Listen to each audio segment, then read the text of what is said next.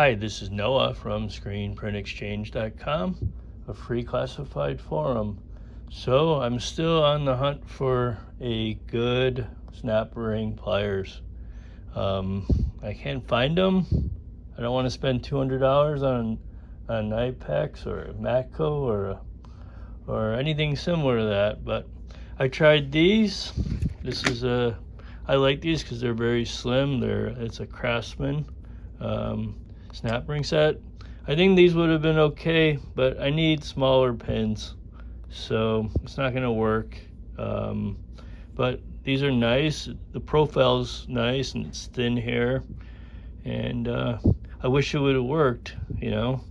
I almost got the Duratec version of it. It came with the carrying case, but I don't know.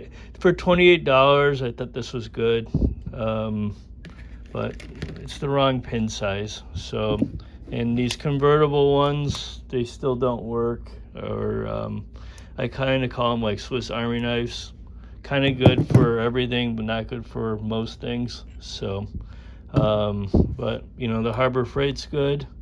So the biggest problem I've had is I'm trying to get this air cylinder, and it has an internal spring, an internal snap ring that actually acts like an external snap ring, because there is I believe it's bronze bearing in here, and that snap ring fits inside of it, and then the cylinder has another thing, so it's like almost impossible to pull out.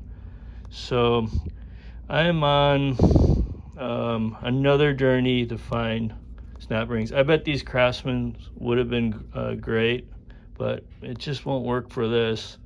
I really need a good garage sale with somebody who had a lot of old tools.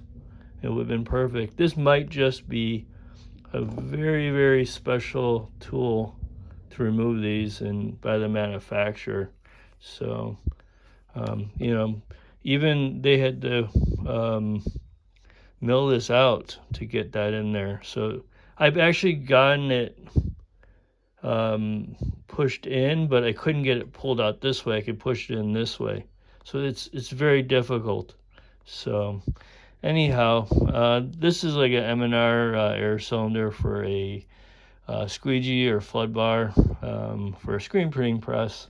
So there will be more videos. This is part one of the impossible snap ring removal. So we'll figure it out and go from there. Thank you for watching. Bookmark me and subscribe and like. Thank you. Bye.